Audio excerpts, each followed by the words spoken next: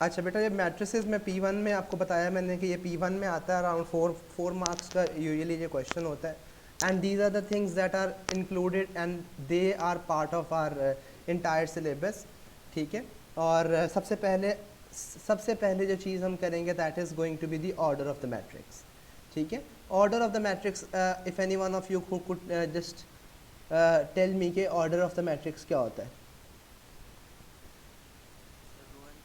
अच्छा जी, row and column सबसे पहली बात। अब सबसे पहले तो हमें पता होना चाहिए कि ये रो जो बात आप कर रहे हैं ये रो क्या होती है। Let me just make an example here for you. Example के अंदर मैं थोड़ा सा एक मैट्रिक्स बनाऊंगा।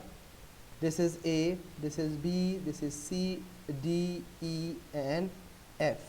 ये मैंने एक मैट्रिक्स बनाया। This is how you make a matrix. There are a square brackets across on both sides, ठीक है। दोनों साइड से बेटा स्क्वायर ब्रैकेट्स होते हैं और दरमियान में थोड़े थोड़े स्पेस के बाद नंबर्स या अल्फ़ाबेट्स कोई भी चीज़ लिखी हो सकती है।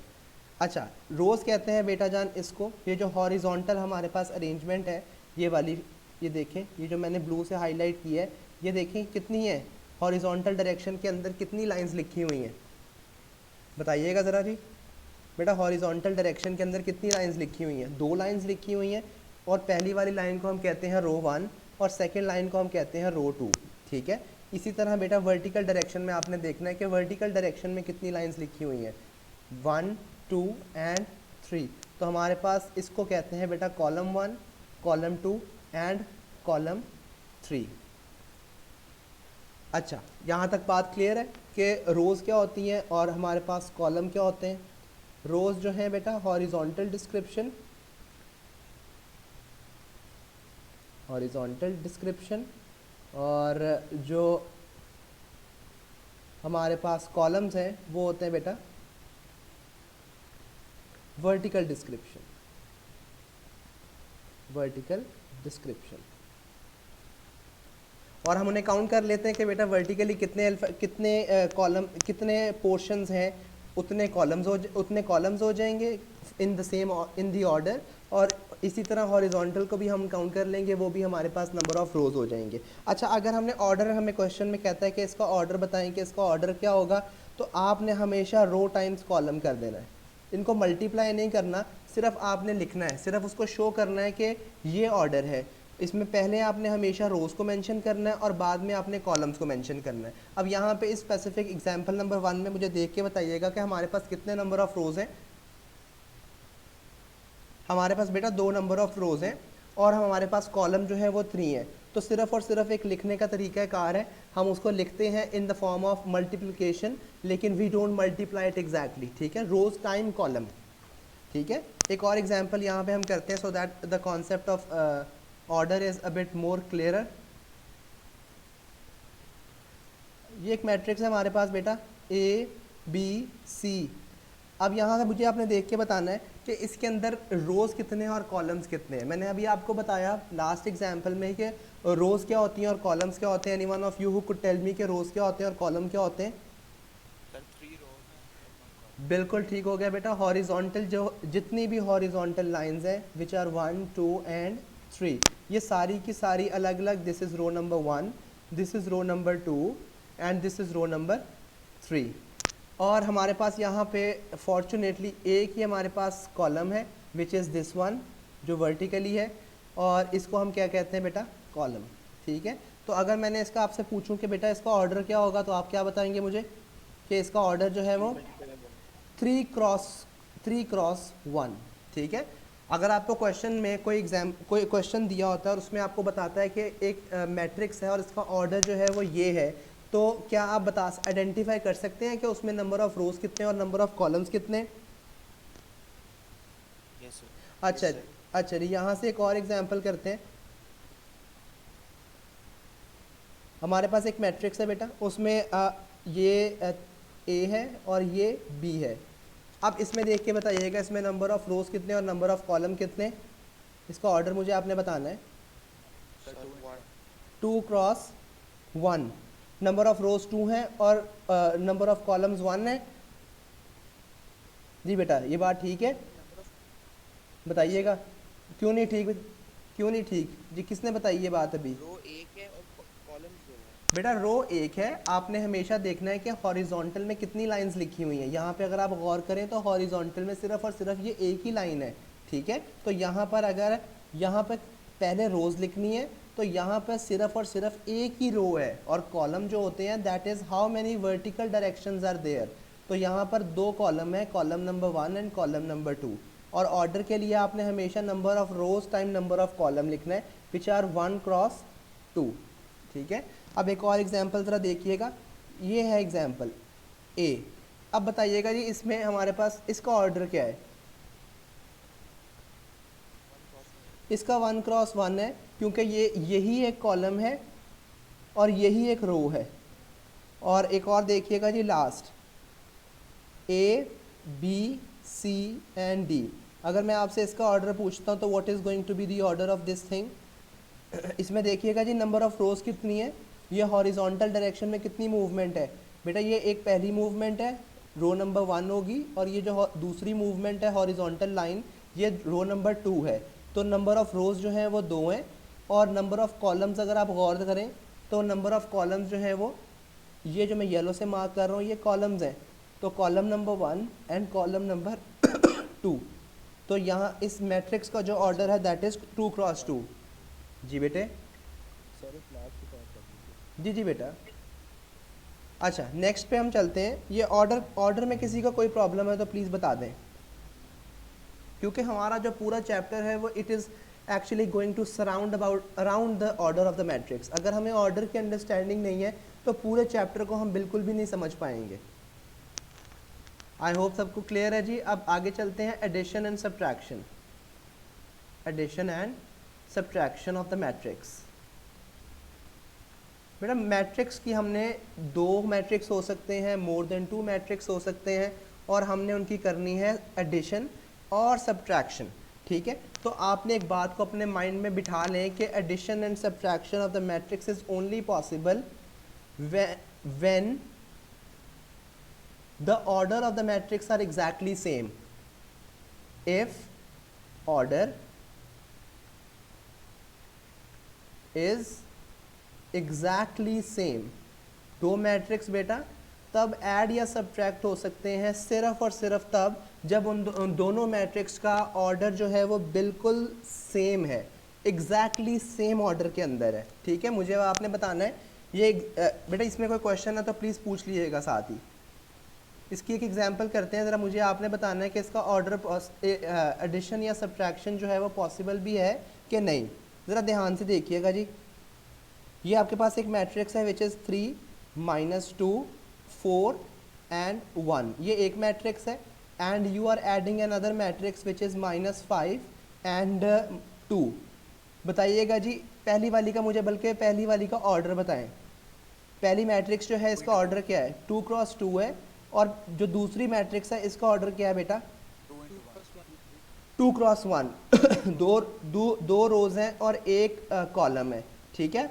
अब मुझे बताइएगा ये जो इसका रूल है एडिशन और सब्ट्रैक्शन का, क्या ये फुलफिल होता है?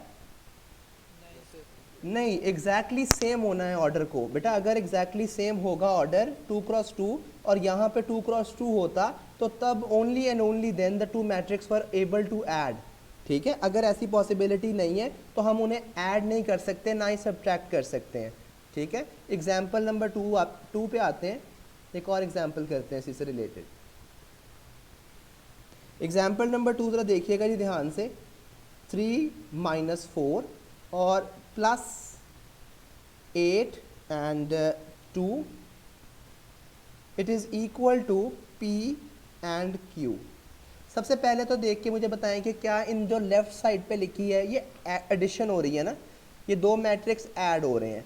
अब पहले तो एडिशन हम चेक करते हैं कि is the addition possible. Addition possibility कैसे चेक करते हैं आपको बहुत अच्छे से पता है बेटा। ऑर्डर लिखते हैं हम इनका। मुझे बताइएगा जी पहले वाले का ऑर्डर क्या है, 2 क्रॉस 1, और दूसरे वाले का ऑर्डर प्लीज़ बताइएगा, 2 क्रॉस 1। बेटा 2 रोज़ हैं, ये वाली row number 1, this is row number 2, और ये कॉलम नंबर 1। इसके अलावा और कोई कॉलम है ही नहीं हमारे पास। तो बेटा इसका मुझे बताइएगा कि इसमें हम एडिशन कर सकते हैं क्या? जो रूल है एडिशन का पॉसिबल है? बिल्कुल पॉसिबल है बेटा। अब एडिशन को देखिएगा कि एडिशन करनी कैसे है। बेटा एडिशन में हमारे पास जो पहली एंट्री है वो हमेशा कॉरस्पॉन्डिंग एंट्री के साथ ऐड करनी है। ऐड या सब्ट्रैक्ट आपने जो भी करना है, it is always going to happen with the corresponding entry. यहाँ पे जो 3 है इसके कॉरस्पॉन्डिंग एंट्री जो है दैट इज़ 8। जो कॉरस्पॉन्डिंग का मतलब है जो उसके बिल्कुल बराबर में लिखी हुई है। तो आपने क्या करना है, 3 + 8 कर देना है, और नीचे वाला जो -4 है उसके कॉरस्पॉन्डिंग जो एंट्री है दैट इज़ 2। आपने -4 और 2 को अपनी उन्हीं की पोजीशंस में आपने ऐड कर देना है। और ये जो चीज़ है it is equal to P and Q। इस तरह के क्वेश्चन में बेटा वो 2 मार्क का इस तरह का क्वेश्चन हो सकता है, और वो उसमें आपसे ये पूछ सकता है कि आप P और Q की वैल्यू फाइंड आउट करें। तो it's very easy to figure out the value of P and Q। आपने सिंपल 3 और 8 को ऐड करना है। 3 और 8 को अगर आप ऐड करें तो 11, और -4 + 2 सिंप्लीफाई करें तो it is going to give you -2। अब ये जो चीज़ है और वो ये चीज़, ये वाला मैट्रिक्स जो है ये इक्वल है एक और मैट्रिक्स के which is P and Q। अच्छा बेटा ये इक्वल मैट्रिक्स वाला कॉन्सेप्ट क्या है बेटा, मैट्रिक्स सिर्फ और सिर्फ तब इक्वल होंगे जब उनकी कॉरस्पॉन्डिंग एंट्रीज जो हैं they are exactly the same. ठीक है, इक्वल मैट्रिक्स, यहाँ पे हम इक्वल मैट्रिक्स की बात करें कि इक्वल मैट्रिक्स हमारे पास क्या होता है जी, बताइएगा कोई। अभी बताया मैंने आपको इक्वल मैट्रिक्स क्या होते हैं। जिनकी कॉरस्पॉन्डिंग वैल्यूज जो हैं वो एग्जैक्टली सेम होती हैं, same corresponding values.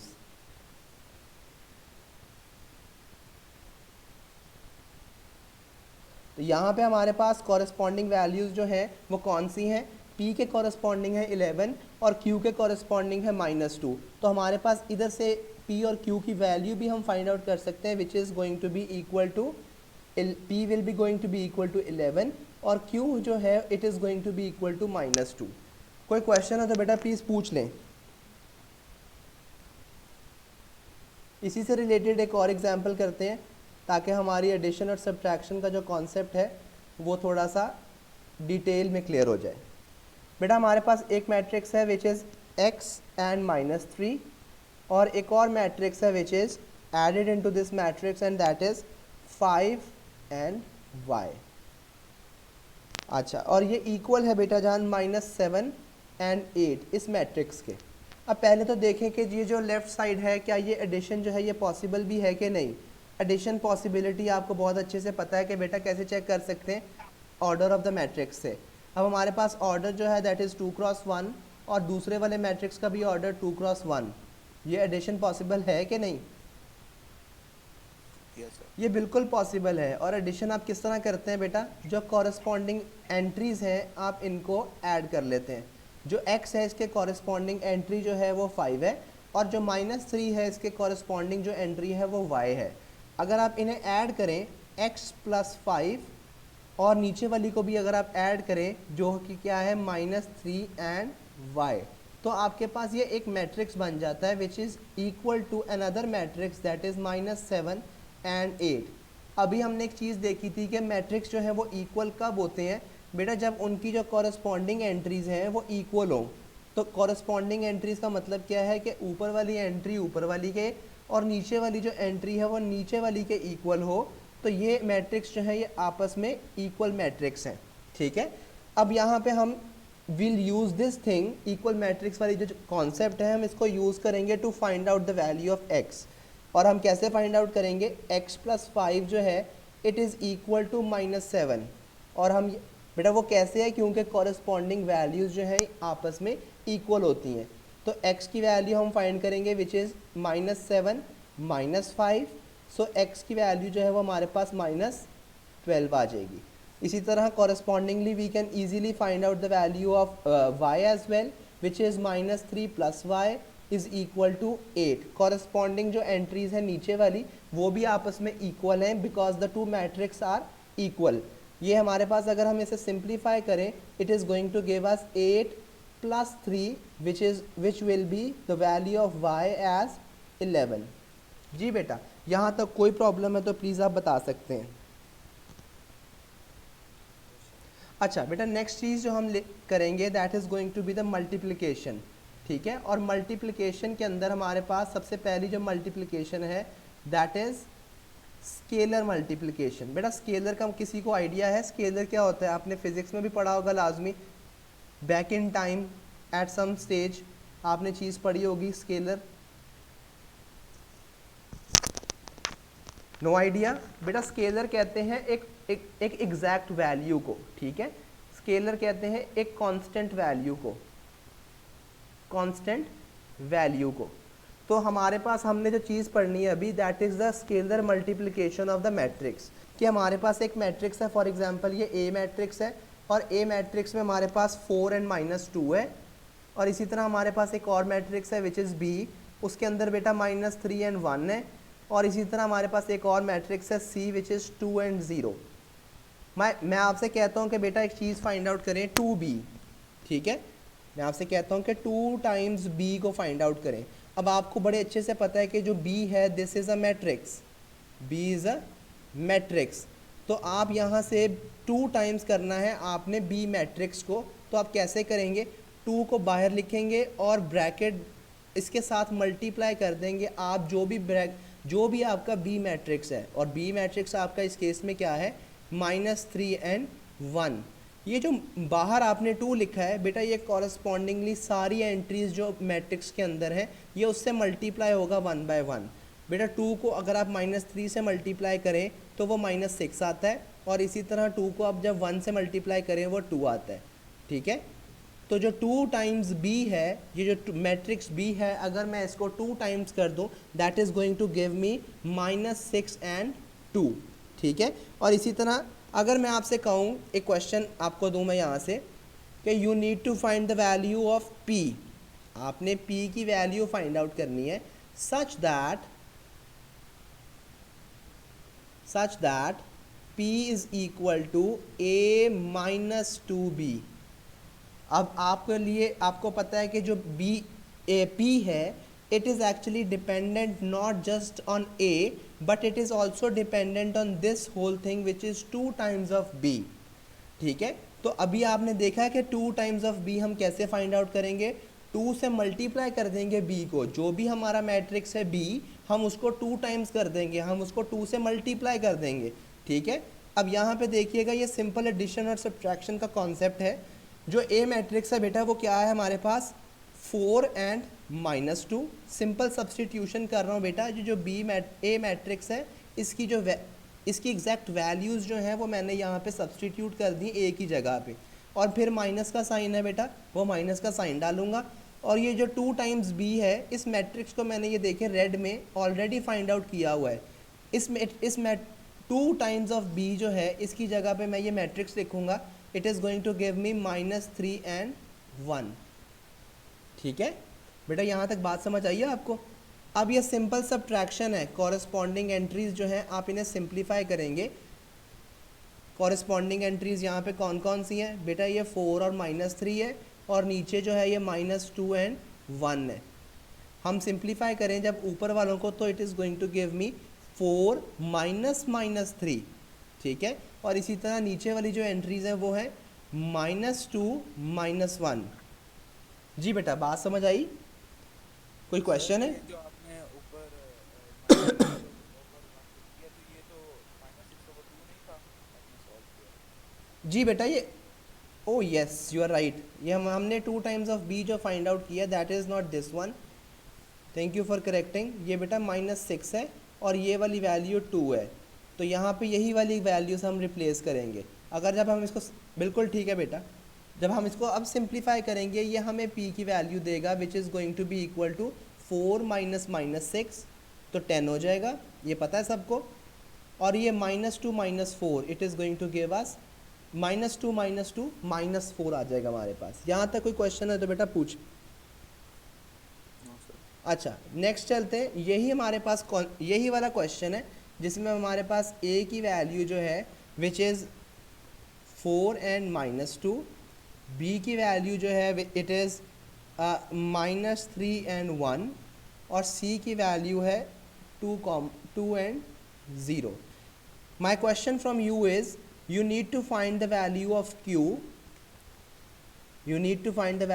q, such that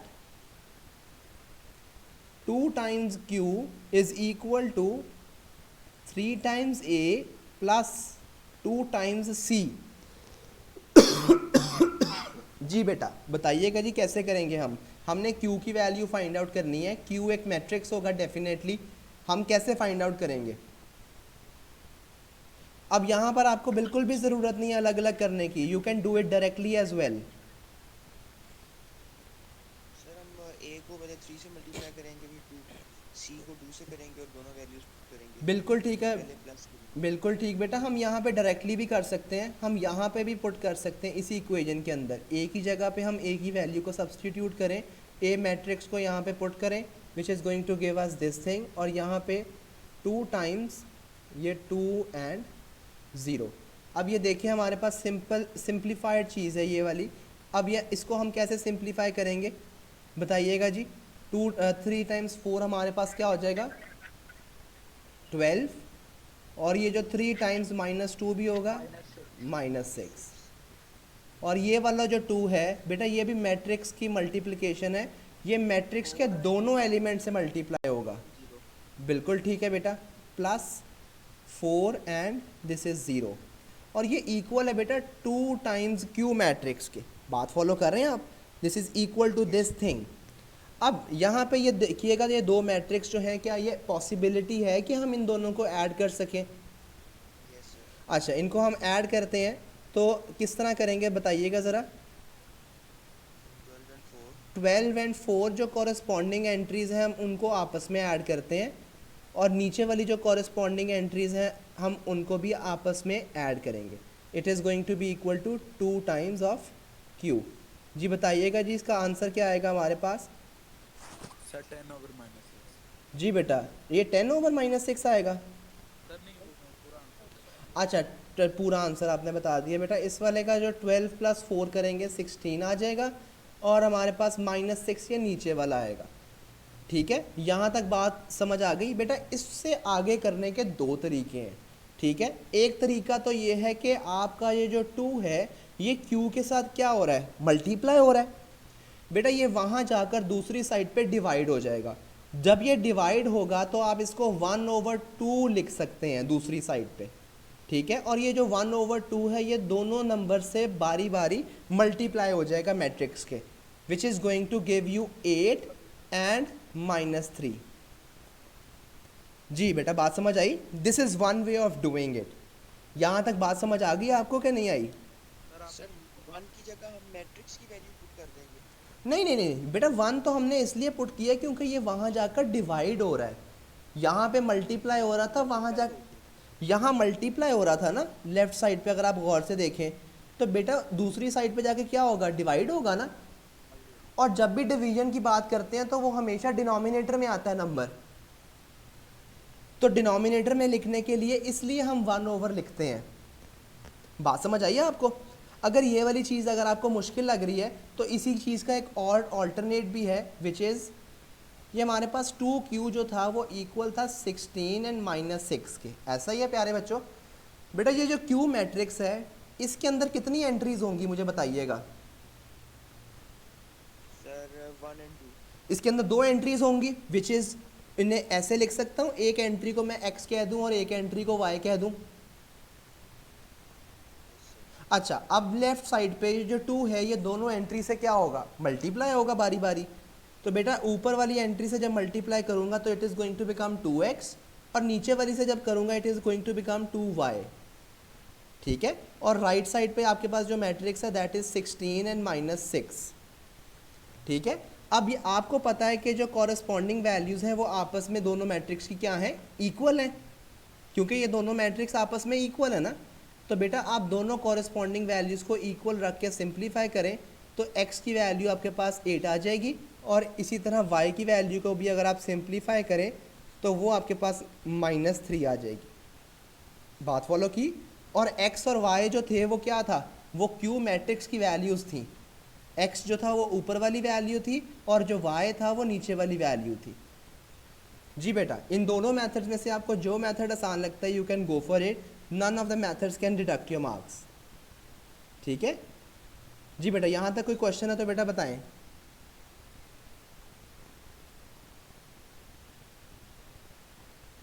जी बेटा, यहाँ तक कोई क्वेश्चन है तो बताएं। सर आपने वो जो 2x है उसकी वैल्यू को हाफ कर दिया है। जी बेटा, कौन से वाली 2x की वैल्यू को हाफ कर दिया है? सर आपने 2x इज इक्वल टू 3 लिखा है ना, जी जी 1x इज जी बेटा, ये 2 यहाँ पे मल्टीप्लाई हो रहा था ना बच्चे। बेटा वहाँ जाके क्या होगा, डिवाइड होगा, तो 16 डिवाइडेड बाई 2 8 होता है। जी जी तो बेटा इसलिए 8 आया है, ठीक है। Okay sir. अच्छा आगे चलते हैं बेटा, मैट्रिक्स की मल्टीप्लिकेशन कैसे करनी है। इसमें कोई प्रॉब्लम है तो प्लीज़ पूछ लें बेटा। अब अभी हमने अभी तक की है स्केलर मल्टीप्लिकेशन। अब अगर आपके पास दो मैट्रिक्स आ जाएं और आपने उनको मल्टीप्लाई करना है तो फिर आप कैसे करेंगे, ज़रा ध्यान से देखिएगा बेटा। हमारे पास फॉर एग्जांपल ये एक मैट्रिक्स है ए, और ये जो ए मैट्रिक्स है उसमें हमारे पास कुछ नंबर्स हैं। फॉर एग्जांपल 3 है, -1 है, -2 है, 2 4 and 5। This is one matrix and there is another matrix which is B. और वो जो दूसरा मैट्रिक्स है उसमें भी इसी तरह कॉरेस्पॉन्डिंगली कुछ वैल्यूज़ दी हुई हैं, 3 5 एंड फॉर एग्जांपल 0। अच्छा बेटा, मैट्रिक्स की मल्टीप्लिकेशन जो है वो कैसे करनी है, ठीक है। आपने इसमें देखना है, इसके ऑर्डर बताइएगा जी मुझे पहले जल्दी से। मुझे ए वाला जो मैट्रिक्स का मुझे इसका ऑर्डर बताइएगा। 3 into 2 3 3/2। 2/3 नहीं होगा सर 2/3 बेटा। देखिएगा जी, रो जो है वो कितनी है, रो नंबर 1 ये है जी। हमेशा अपने याद रखना है कि रो टाइम्स कॉलम करना है, कभी भी गलती छोटी सी इतनी सी गलती की वजह से क्वेश्चन नहीं गलत कराना। रो टाइम्स कॉलम करना है। यहाँ पे रो जो है वो 2 है तो 2 टाइम्स यहाँ पे कॉलम जो है वो 3 है, देख रहे हैं आप। तो बेटा 2 टाइम्स 3 जो है इस मैट्रिक्स का ऑर्डर है, ठीक है। अब इसी तरह मुझे जो बी मैट्रिक्स का है इसका भी ऑर्डर बताइएगा जी। इसमें बेटा ये 3 into 1 सर। बिल्कुल ठीक है जी। इसमें 3 रोज़ हैं, ये लास्ट 3rd रो है और ये इसमें एक कॉलम है, तो 3 रोज़ एंड 1 कॉलम है इसमें। अब बेटा मल्टीप्लिकेशन के लिए बड़े ध्यान से देखना है, बड़े ध्यान से। मैं आपको कहता हूँ कि a इंटू बी करना है आपने। आप मुझे बताएं कि ये पॉसिबल है या नहीं। आपने बेटा इसका रो चेक करना है, ये रो है ये कॉलम है, और इसी तरह ये रो है और ये कॉलम है। आपने मल्टीप्लिकेशन के लिए क्या चीज़ चेक करनी है कि column of the first matrix and rose of the second matrix, ठीक है। अगर आपको ये लाइन याद नहीं रहती तो आप इस तरह ऑर्डर लिखा है ना आपने, अब आपने ये देखना है कि इसका सेकेंड वाला और इसका पहले वाला क्या ये आपस में मैच कर रहे हैं। अगर ये मैच कर रहे हैं, अगर ये आपस में सेम है तो मल्टीप्लिकेशन पॉसिबल है, अदरवाइज मल्टीप्लिकेशन पॉसिबल नहीं है। बात फॉलो कर रहे हैं आप जी सर। बेटा। अगर आपको ये लाइन याद रहती है कि row number of columns of the first matrix and number of rows of the second matrix, अगर ये सेम है तो आप मल्टीप्लिकेशन कर सकते हैं, अदरवाइज नहीं कर सकते। अगर ये लाइन याद नहीं रहती तो इस तरह आपने ऑर्डर लिखना है, और आपने पहले वाले मैट्रिक्स की सेकंड चीज़ और जो सेकंड वाला मैट्रिक्स है उसकी फर्स्ट चीज़ आपने देखना है। अगर ये सेम है तो मल्टीप्लिकेशन पॉसिबल है, अदरवाइज मल्टीप्लिकेशन पॉसिबल नहीं है, ठीक है। अब इसको उल्टा करते हैं, मुझे बताइएगा ज़रा ध्यान से देख के कि ये अभी आपने मुझे बताया है कि A क्रॉस B जो है, इज़ इट पॉसिबल और नॉट। यस सर ये इट इज़ पॉसिबल, लेकिन मैं इसी क्वेश्चन को थोड़ा सा चेंज करता हूँ। मैं आपको कहता हूँ कि B क्रॉस A बताएं। B क्रॉस A के लिए सबसे पहले ऑर्डर लिख लें। पहले वाली का जो B है, पहला मैट्रिक्स है B, इसका ऑर्डर है बेटा 3 क्रॉस 1, और जो दूसरा मैट्रिक्स है वो है A।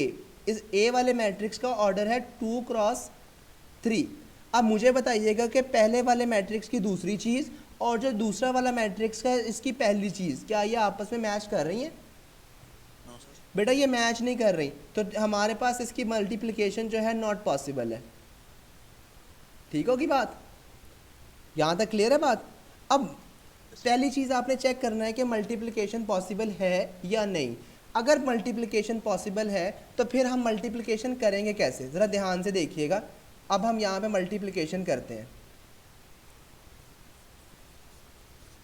इसी मैट्रिक्स की हम मल्टीप्लिकेशन यहाँ पे कर रहे हैं।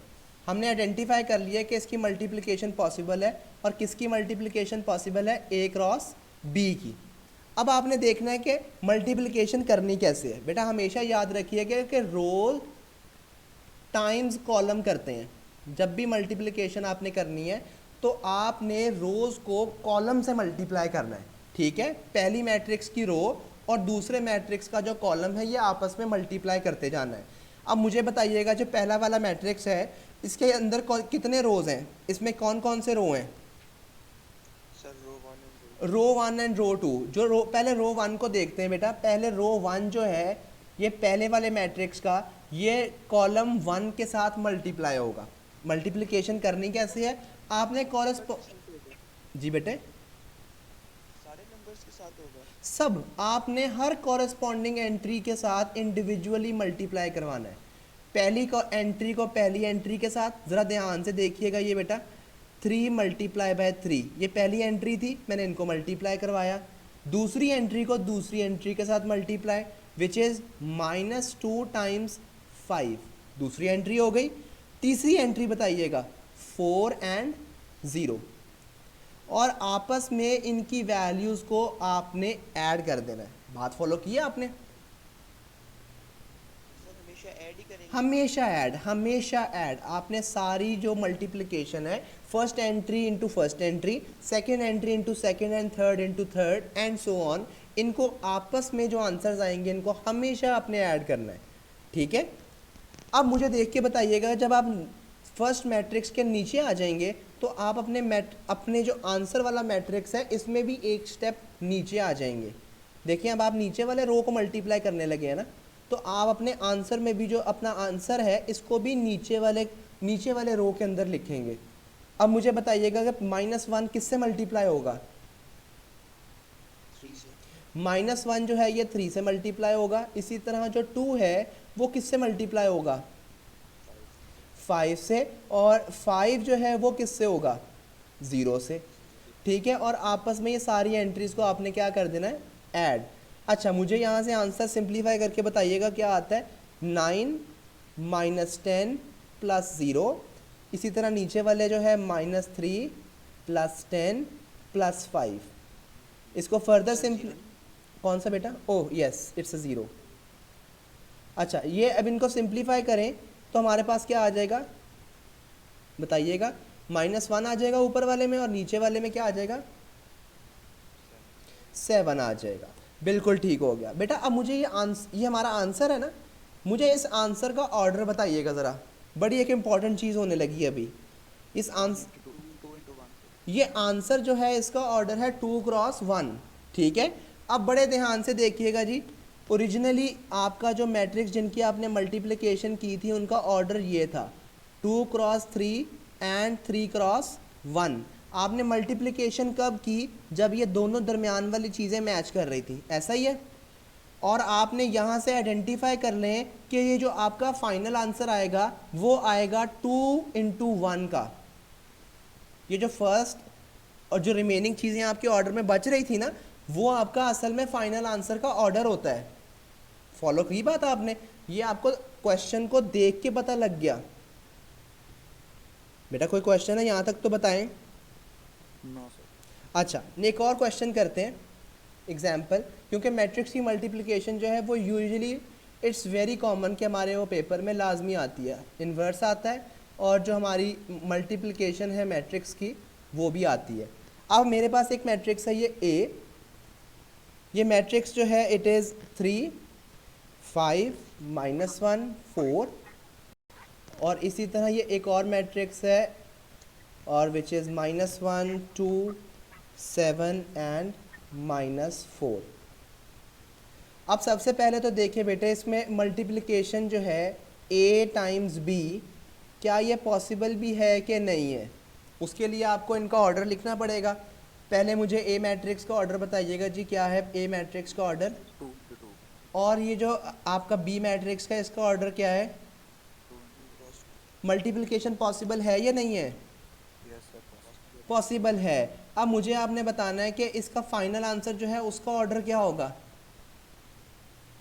2 into 2 ये आपको फर्स्ट एंड लास्ट चीज़ बताती है आपके फाइनल आंसर का ऑर्डर, फाइनल आंसर्स ऑर्डर।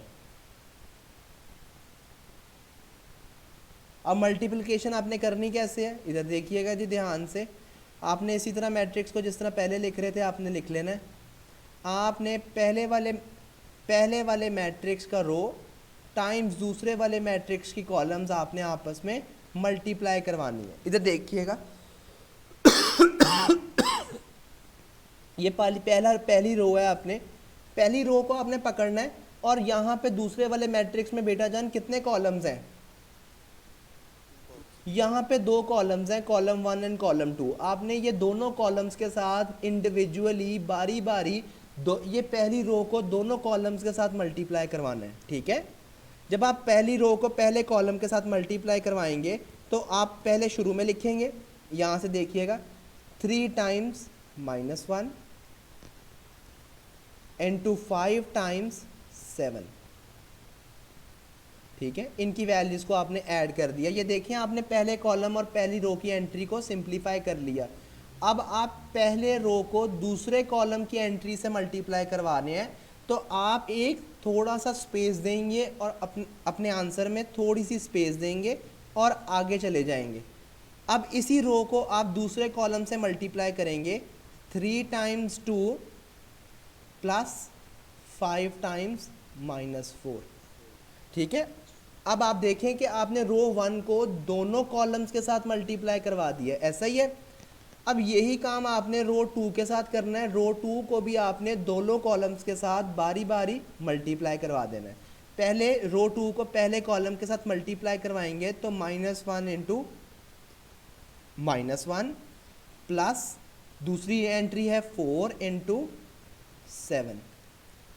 ये दूसरे रो को आपने पहले कॉलम से मल्टीप्लाई करवा दिया है। इसी तरह आपने दूसरे रो को सेकंड कॉलम से भी मल्टीप्लाई करवाना है, which is going to be -1 and 2 plus 4 times -4। इसकी अब आप देखें सिंप्लीफिकेशन रहेगी हमारे पास, और अगर हम सिंप्लीफिकेशन करें तो बेटा क्या बनेगा, -3 प्लस 35, नीचे आ जाएगा 1 प्लस 28 30। अब बेटा हमेशा याद रखिएगा जो छोटी मोटी मल्टीप्लिकेशंस है ये आप मेंटली किया करें ताकि आपका P1 जो है वो हमेशा स्ट्रांग रहे। तो 6 -20, इसी तरह -1 इंटू 2 इज़ -2 और ये हमारे पास -16।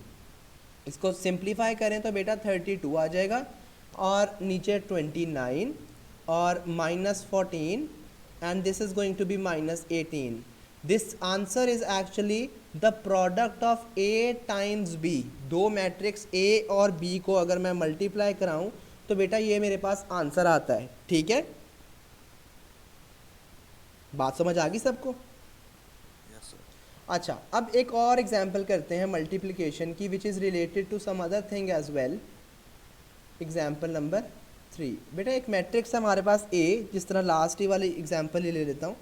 मेरे पास मैट्रिक्स था 3 5 -1 एंड 4 और मैं आपसे कहता हूँ to find out the value of A square. मैं आपसे क्या कहता हूँ कि आपने A स्क्वायर की वैल्यू निकालनी है। तो आप में से अक्सर ऐसे करेंगे कि इस A मैट्रिक्स के ऊपर एक छोटा सा स्क्वायर डालेंगे और आप हर इंडिविजुअल एंट्री को मल्टीप्लाई कर देंगे, ऐसा ही है। 9 को 25 प्लस 1 16, आप हर एंट्री का स्क्वायर ले लेंगे। लेकिन बेटा ये चीज़ बिल्कुल गलत है। This is not the way of finding out the square of a matrix. Matrix का स्क्वायर बिल्कुल भी आपने कभी भी ऐसे फाइंड आउट नहीं करना। इन फैक्ट आपको पता है कि स्क्वायर का मतलब क्या होता है? स्क्वायर का मतलब होता है A times A। What ever that thing is, उसको उसी से मल्टीप्लाई करना उसका स्क्वायर होता है। तो बेटा यहाँ पर आप ये मल्टीप्लिकेशन को परफॉर्म करेंगे, ठीक है। अब ये A मैट्रिक्स जो है विच इज़ 3 5 -1 एंड 4, इसको आप मल्टीप्लाई करेंगे इट्स सेल्फ से, विच इज़ दिस। ये हमारे पास A है और ये भी हमारे पास A है। तो ये हम एक्चुअल में A मैट्रिक्स को A मैट्रिक्स के साथ मल्टीप्लाई कर रहे हैं। वो मल्टीप्लिकेशन बिल्कुल उसी तरह करनी है कि रो टाइम्स कॉलम करनी है। तो यहाँ पर अगर हम ये मल्टीप्लिकेशन अगर करें तो हमारे पास क्या बनेगी, 3 टाइम्स 3 प्लस 5 टाइम्स -1, इसी तरह 3 times 5 plus 5 times 4।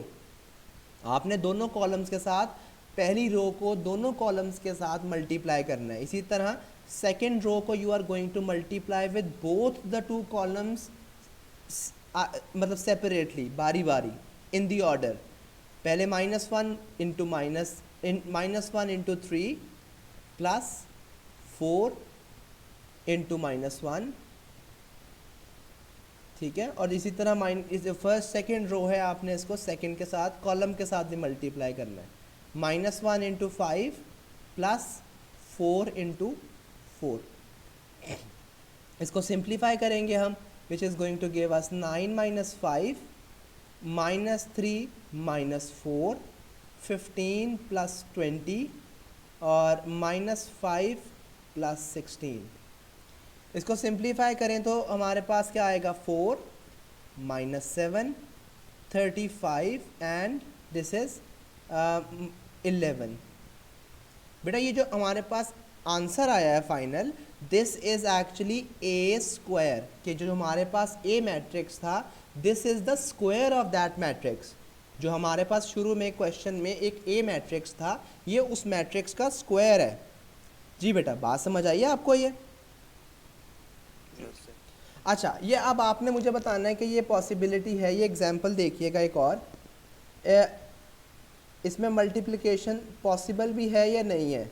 Example number 3, बेटा ये एक मैट्रिक्स है which is 3 and this is -2, और एक और मैट्रिक्स है आपके पास विच इज़ 5 एंड -4। मुझे बताइएगा क्या इसकी मल्टीप्लिकेशन पॉसिबल है या नहीं, इसी ऑर्डर में, सेम ऑर्डर में, ऐसे ही। Yes sir. कैसे पॉसिबल है जी, इसका ऑर्डर बताइएगा। इसका ऑर्डर क्या है? सो 1 1 क्रॉस 2 इसका ऑर्डर है, जो और जो दूसरा मैट्रिक्स है इसका ऑर्डर 2 क्रॉस 1। अब ये देखें जी, ये इसके सेंटर वाली जो चीज़ है वो मैच करती है ऑर्डर्स की, तो ये मल्टीप्लिकेशन पॉसिबल है। मुझे बताइएगा कि आपका जो आंसर है, what is going to be the order of your answer? 1 + 2। Order of your answer will be 1 cross 1, ठीक है। और मल्टीप्लिकेशन बिल्कुल आपने उसी तरह करनी है, रो टाइम्स कॉलम, ठीक है। 3 इंटू 5 प्लस -2 इंटू -4, ठीक है। ये हमारे पास आ जाएगा 15 plus 8 which is going to give you 23 as an answer. जी बेटा, यहाँ तक कोई प्रॉब्लम है तो आप पूछ सकते हैं। अच्छा बेटा, सेकेंड लास्ट चीज़ जो है, that is the finding the inverse of a matrix. Inverse matrix है हमारे पास और हमने उसका इनवर्स कैसे फाइंड आउट करना है, ठीक है। अब एक फॉर एग्जांपल से शुरू करते हैं कि एक मैट्रिक्स है मेरे पास, फॉर एग्जांपल ये ए, इसमें एंट्रीज हैं A B C and D. बेटा आपने इन्वर्स निकालने के लिए 2-3 चीज़ें याद रखनी है, 2-3 स्टेप्स हैं वो आपने याद रखने हैं, तो inverse is not going to become any more difficult for you. जो इन्वर्स है, it is going to be very easy for you. पहली चीज़, इसमें मुझे बताइएगा इस मैट्रिक्स का ऑर्डर क्या है? 2 क्रॉस 2। इस मैट्रिक्स का जो ऑर्डर है दैट इज़ 2 क्रॉस 2, ठीक है। अब हमने इन्वर्स निकालना है बेटा। इन्वर्स निकालने के लिए सबसे पहली चीज़ जो आपने देखनी है, वो आपने देखनी है कि इसमें इसका डिटर्मिनेंट क्या है। पहली चीज़ आपने निकालनी है डिटर्मिनेंट, ठीक है। अब डिटर्मिनेंट आपके पास होता क्या है, पहले तो आप ये देखें बेटा। डिटर्मिनेंट निकालने के लिए इसको याद रखिएगा, दिस इज़ अ डायगोनल और नॉट, ये डायगोनल है ना, तो बेटा इसको कहते हैं मेन डायगोनल, ठीक है। इसे क्या कहते हैं? मेन डायगोनल, ठीक है। जब भी आपने डिटर्मिनेंट फाइंड आउट करना है तो बेटा डिटर्मिनेंट को हम ऐसे भी लिखते हैं और डिटर्मिनेंट को हम ऐसे भी लिखते हैं। साइडों पे 2 दो लाइंस ड्रॉ कर लें, इसको भी डिटर्मिनेंट कहते हैं। और तीसरा जो तरीका है लिखने का डिटर्मिनेंट को, that is A B C and D. ठीक है, इसके अक्रॉस भी लाइंस लगा दूं तो दिस इज़ द डिटर्मिनेंट।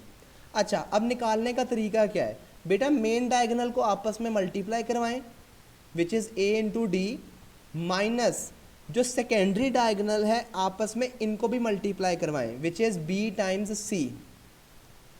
बेटा अगर आप ये चीज़ फाइंड आउट कर ले तो you are actually finding out the determinant of a matrix. बात फॉलो कर रहे हैं आप?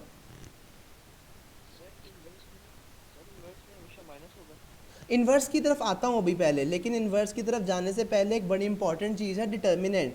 अभी मैं आपसे वो डिस्कस कर रहा हूँ। ठीक है, डिटर्मिनेंट एक्चुअली में हम यूज़ करेंगे इन्वर्स फाइंड आउट करने के लिए।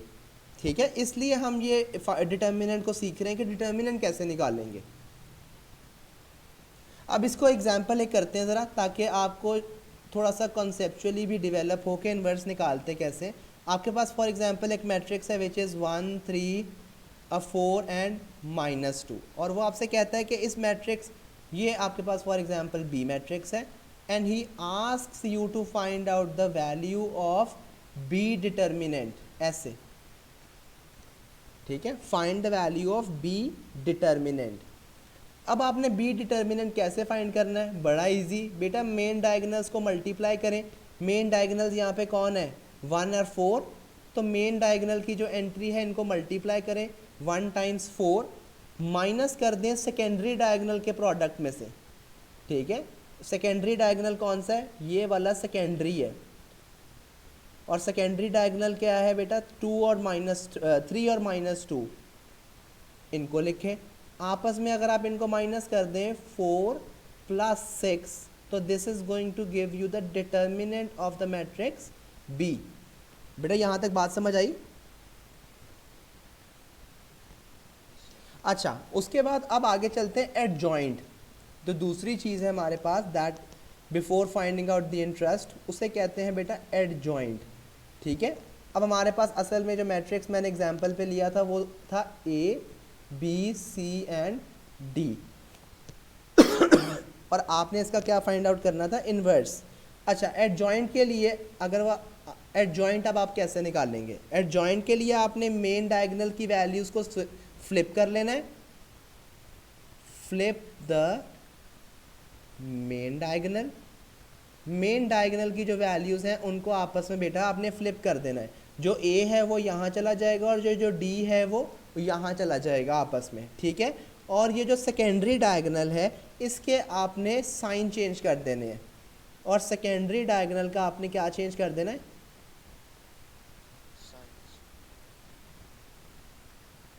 Only change the sign. तो अगर मैं आपको कहूँ कि ये जो ए मैट्रिक्स है, आप इसका एडजॉइंट लिख के दिखाएं तो आप कैसे लिखेंगे? आप मेन डायगोनल की जो वैल्यूज़ हैं, बिल्कुल यहाँ डी आ जाएगा और बेटा यहाँ ए चला जाएगा, और ये जो बी है और सी है, this is in the secondary diagonal. तो आपने सिर्फ और सिर्फ इनके साइन चेंज करने हैं। अगर वो प्लस हैं तो माइनस, और अगर वो माइनस है तो आपने प्लस कर देना है। अदर देन दैट आपने इनकी पोजीशन के साथ बिल्कुल भी नहीं खेलना। क्लियर है बात?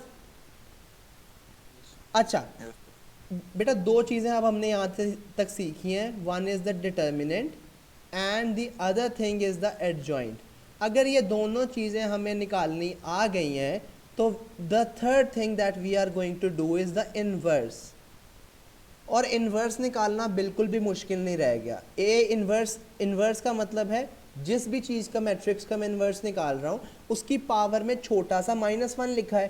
ठीक है, अब इन्वर्स का एक तरीकाकार देख लें। इन्वर्स निकालना कैसे आपने? बेटा 1/, डिटर्मिनेंट ऑफ ए। ठीक है, जिस भी मैट्रिक्स का मैं इन्वर्स निकालना चाह रहा हूँ, मैं 1/, उसका डिटर्मिनेंट करूँगा, multiply by the adjoint of A. ठीक है, ये हमारे पास फॉर्मूला है या मेथड आप कह लें for finding out the inverse of a matrix. ठीक है, अब इसको एक एग्जांपल करते हैं ताकि हमारी चीज़ें जो है वो क्लियर हो जाएं। हमारे पास एक मैट्रिक्स है ए, और मैट्रिक्स के अंदर वैल्यूज़ हैं वही वाली 1 3 -4 एंड -3। -3 थी, नहीं -2। अच्छा, और वो क्या कहता है आपको, he asks you to find out the A inverse. आपने जो मैट्रिक्स आपके पास ए है, आपने इसका इन्वर्स फाइंड आउट करना है। तो इन्वर्स फाइंड आउट करने के लिए दो चीज़ें आपने निकालनी है। पहली चीज़ क्या है बेटा, आपने इस मैट्रिक्स का डिटर्मिनेंट फाइंड करना है, और दूसरी चीज़ आपने इसका जॉइंट फाइंड आउट करना है। ठीक है, अब डिटर्मिनेंट आपने अभी 2 स्टेप्स पहले आपने इसका डिटर्मिनेंट निकाला था, एंड दैट वाज दिस 10। ठीक है, आपने ये 2 स्लाइड्स पहले आपने किया था डिटर्मिनेंट। अब डिटर्मिनेंट मैं यहाँ पे डायरेक्टली लिख लेता हूँ, क्योंकि हमने अभी थोड़ी देर पहले डिटर्मिनेंट फाइंड आउट किया था। दूसरी चीज़ जो हमने इस मैट्रिक्स की निकालनी है वो है एडजॉइंट। एडजॉइंट कैसे निकालते थे कि मेन डायगोनल की वैल्यूज़ को आपस में फ्लिप करना है। यहाँ पे 4 आ जाएगा, 1 यहाँ चला जाएगा, और ये जो सेकेंडरी डायगोनल है इसकी एंट्रीज के साइन चेंज कर देने हैं आपने। बेटा ये जो -2 है ये +2 बन जाएगा, और ये जो +3 है ये -3 बन जाएगा। ठीक है, जब आपने ये दोनों चीज़ें निकालनी है तो A inverse is the piece of cake for you now.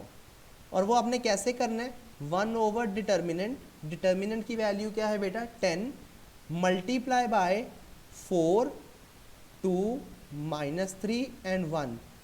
प्यारे बच्चों, मैंने ये क्या चीज़ लिखी है, मैंने ये एडजॉइंट लिखा है। ठीक है, ये जो मैंने एडजॉइंट साइड पे फाइंड किया था ए मैट्रिक्स का, मैंने वो यहाँ पे पुट किया है। अब ये सिंपल मैट्रिक्स की मल्टीप्लिकेशन रह गई है। ये 1/10 जो है it is going to multiply with every entry inside the bracket. Matrix के अंदर जितनी भी एंट्रीज हैं इन सब के साथ ये 1/10 मल्टीप्लाई होगा। तो 1/10 multiply by 4 is 4/10, 1/10 multiply by 2 is 2/10, 1/10 multiply by 3 is -3/10, और 1/10 मल्टीप्लाई बाय 1 इज़ 1/10। आपने सारी एंट्रीज के साथ इंडिविजुअली जो है इसको मल्टीप्लाई कर देना है। अच्छा, अब फाइनल आंसर है, अब फाइनल आंसर जो है वो आपने क्या करना है, इसको सिंप्लीफाई कर लेना है। ठीक है, इसको सिंप्लीफाई करके आपने लिख लेना that is going to be the inverse of your matrix A, जो कि यहाँ पे हमारे पास इस केस में क्या आ रहा है, 2/5, 1/5, -3/10 एंड 1/10। ये आपका मैट्रिक्स ए जो है ये उसका इन्वर्स है। यहाँ तक बेटा कोई बात, डेसिमल में नहीं लिख सकते? बेटा पेपर 1 में क्वेश्चन आएगा ये। ठीक है, तो कैलकुलेटर इस्तेमाल करके इतनी मेहनत करनी मुझे तो लगता है यूज़फुल है। आपको किस तरह कैलकुलेटर लेके आएंगे? सब मैनुअली भी हो सकता नहीं, लेकिन it will consume a lot of your time. अगर आपको पेपर के एंड पे बहुत टाइम है, एम्पल अमाउंट ऑफ टाइम है, आप बेशक डेसिमल में कन्वर्ट कर लें, examiner is never going to penalise you for that. ठीक है, यहाँ तक बात समझ आ गई आपको? है। Yes sir. ठीक है, अगर आप ये वाला स्टेप नहीं भी करते, ये जो मैंने लास्ट में मल्टीप्लिकेशन की है, अगर आप ये भी नहीं करते तो बेटा ये वाला जो मैंने ये वाली जो चीज़ लिखी है this is also perfectly correct. ठीक है, ये चीज़ भी आपका इन्वर्स ही है। अगर आपने यहाँ तक भी अपना क्वेश्चन कर लिया है तो दिस इज करेक्ट। ठीक है, अनटिल एंड अनलेस क्वेश्चन में मेंशन है कि इसको सिंप्लीफाई करें। अगर वो कहता है सिंप्लीफाई करें तो तब ये करने की ज़रूरत है, वरना सिंप्लीफिकेशन इज़ नॉट रिक्वायर्ड। आप बेशक वहाँ पे छोड़ दें तो that is going to be considered correct. Follow कर रहे हैं आप बात को? अच्छा, लास्ट चीज़ जो हमारे पास मैट्रिक्स में है that is the identity matrix. Identity matrix,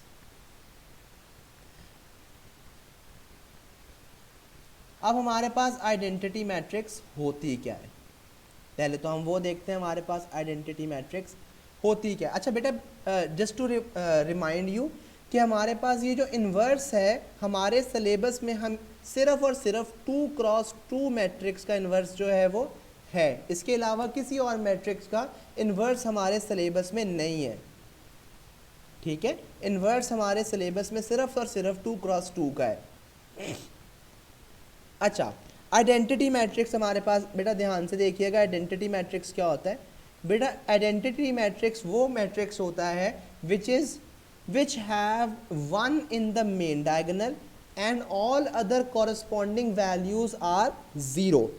ठीक है, बात फॉलो कर रहे हैं आप कि आइडेंटिटी मैट्रिक्स क्या होता है, मेन डायगोनल में जिसके 1 होता है।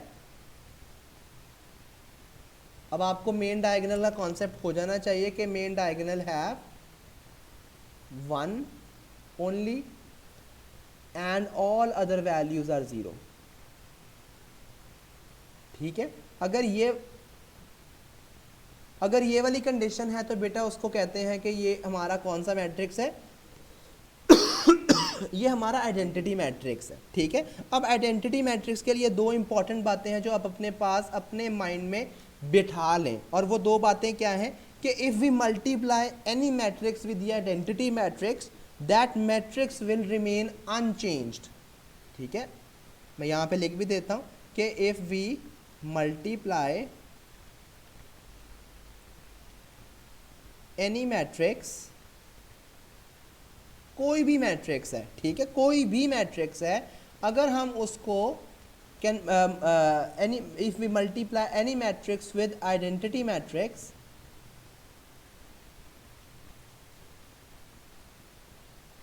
इट विल रिमेन अनचेंज्ड,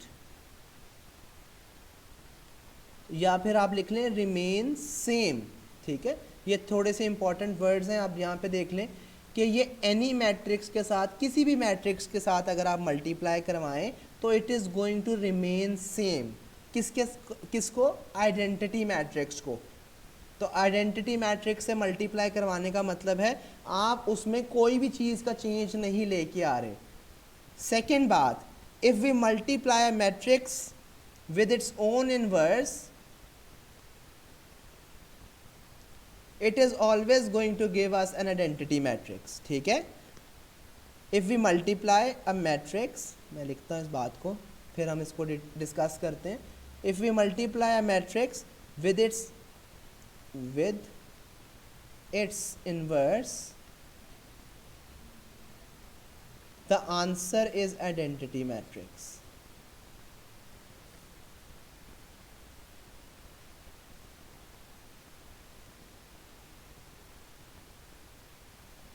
इसका मतलब क्या है बेटा कि ये देखिएगा कि हाँ, मैं अगर किसी मैट्रिक्स को उसी के इन्वर्स से मल्टीप्लाई करवा दूँ, फॉर एग्जांपल ये एक मैट्रिक्स है A और मैं इस मैट्रिक्स को इसी के इन्वर्स के साथ मल्टीप्लाई करवाऊँ तो आंसर हमेशा आइडेंटिटी मैट्रिक्स आएगा। बात फॉलो कर रहे हैं आप कि अगर मेरे पास कोई भी मैट्रिक्स है उसको मैं उसी के इन्वर्स के साथ मल्टीप्लाई करवाऊँ तो it is going to always give me an identity matrix. बात समझ आइए आपको बेटा। और पहली वाली जो चीज़ थी जो आपने याद रखनी है वो क्या है कि अगर मैं किसी भी मैट्रिक्स को आइडेंटिटी मैट्रिक्स के साथ मल्टीप्लाई करवाऊँ it is always going to remain the same. मैंने ए मैट्रिक्स को अगर आइडेंटिटी मैट्रिक्स के साथ मल्टीप्लाई करवाया है तो वो कभी भी रिवर्स नहीं होगा, कोई भी चेंज उस मैट्रिक्स के अंदर नहीं आएगा। ठीक है, यहां तक बात समझ आ गई आपको?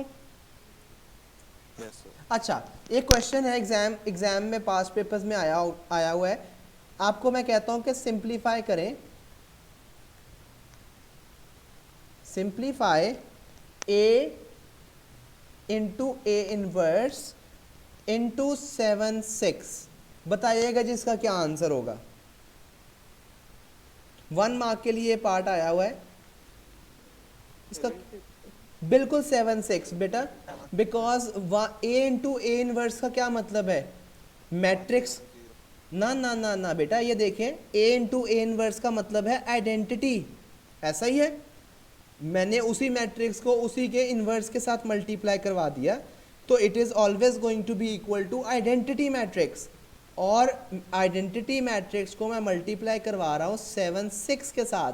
और ये वाली बात है, ये पहले वाला कॉन्सेप्ट कि अगर मैं किसी भी मैट्रिक्स को आइडेंटिटी मैट्रिक्स के साथ मल्टीप्लाई करवाऊँगा तो वो मैट्रिक्स जो है वो चेंज ही नहीं होगा। तो बेटा ये देखें, आइडेंटिटी मैट्रिक्स को यहाँ पे मैं चेंज करवा रहा हूँ, इस मैट्रिक्स मल्टीप्लाई करवा रहा हूँ इस मैट्रिक्स के साथ, तो क्या ये चेंज होगा मैट्रिक्स? No sir. तो ये बिल्कुल सेम रहेगा। इसी तरह का एक और क्वेश्चन है, ये 1 है एग्जाम पॉइंट ऑफ व्यू से, और ये एक और एग्जाम पॉइंट ऑफ व्यू से है कि 3 times B into B inverse. बताइएगा जी क्या होगा इसका आंसर। सर वो जो आइडेंटिटी मैट्रिक्स होगा उसको हम 3 से मल्टीप्लाई करेंगे। एक्सेलेंट बेटा, बिल्कुल ठीक। अब ये जो b इंटू बी इनवर्स है इसका मतलब है आइडेंटिटी मैट्रिक्स, ऐसा ही है। और आइडेंटिटी मैट्रिक्स मैंने अभी आपको बताया था वो मैट्रिक्स होता है जिसके मेन डायगोनल में 1 होता है, बाकी सारी एंट्रीज 0 होती हैं। ये सबको बात समझ आइए कि b इंटू बी इनवर्स का मतलब आइडेंटिटी होता है। ये मैंने अभी आपको पिछले स्लाइड में आपको समझाया है ये बात। और इसको आपने मल्टीप्लाई करवाना है 3 के साथ। जब आप इसको 3 से मल्टीप्लाई करवाएंगे तो ये 3 जो है it is going to multiply with every individual entry in the matrix. सारी एंट्रीज के साथ जब 3 मल्टीप्लाई होगा तो 3 1s are 3, 3 0s are 0, 3 0s are 0 and 3 1s are 3. तो this is going to be a final answer after that. Sir ये B matrix होगा जो आप निकला आंसर। नहीं, ये तो बेटा प्रोडक्ट है इसका, ये तो ये इसका आंसर है, ये पूरे का आंसर है बेटा। It doesn't have to do anything with B और बी इनवर्स। फॉलो की बात। अगर बी और आइडेंटिटी मैट्रिक्स हो तो फिर कौन सा प्रोडक्ट आएगा। बी और आइडेंटिटी मैट्रिक्स हो तो बी बेटा हमेशा ये देखें उमर बेटा, बी इंटू बी इनवर्स, वही मैट्रिक्स अपने ही इन्वर्स के साथ अगर मल्टीप्लाई हो रहा है तो आप एक माइंड में बात को बिठा लें कि वो हमेशा आइडेंटिटी मैट्रिक्स के इक्वल होगा, ठीक है। इसी तरह अगर सी मैट्रिक्स है और वो अपने ही इन्वर्स के साथ मल्टीप्लाई हो रहा है ऐसे, तो आप याद कर लें इस बात को कि ये इनका प्रोडक्ट जो है वो हमेशा एक आइडेंटिटी मैट्रिक्स आएगा ऐसे। बात अब समझ आई है, क्लियर हुई बात अब। इसी तरह अगर मैं एक और एग्जांपल लेता हूँ यहाँ पे कि मेरे पास अगर ए है मैट्रिक्स, तो और ए मैट्रिक्स को मैं उसी के इन्वर्स से मल्टीप्लाई करता हूँ तो बेटा हमेशा इसका आंसर जो है वो आइडेंटिटी मैट्रिक्स होगा विच इज़ 1 and 1 0 0। बात फॉलो की। इसका ये और ये वाली चीज़ का जो मैंने अभी आपको बताई है इसका ये मतलब नहीं है कि b into C inverse will be equal to identity. No, ये बात नहीं मैंने आपको कही। अगर वो ही मैट्रिक्स अपने इन्वर्स से मल्टीप्लाई होगा तो आइडेंटिटी मैट्रिक्स बनेगा, अदरवाइज आइडेंटिटी मैट्रिक्स नहीं बनेगा। क्लियर है बात। यहां तक कोई क्वेश्चन है तो बेटा पूछ सकते हैं। That is actually the end of matrices. Matrices की पूरी अंडरस्टैंडिंग है हमारी यहां तक। सर जैसे कोई मैट्रिक्स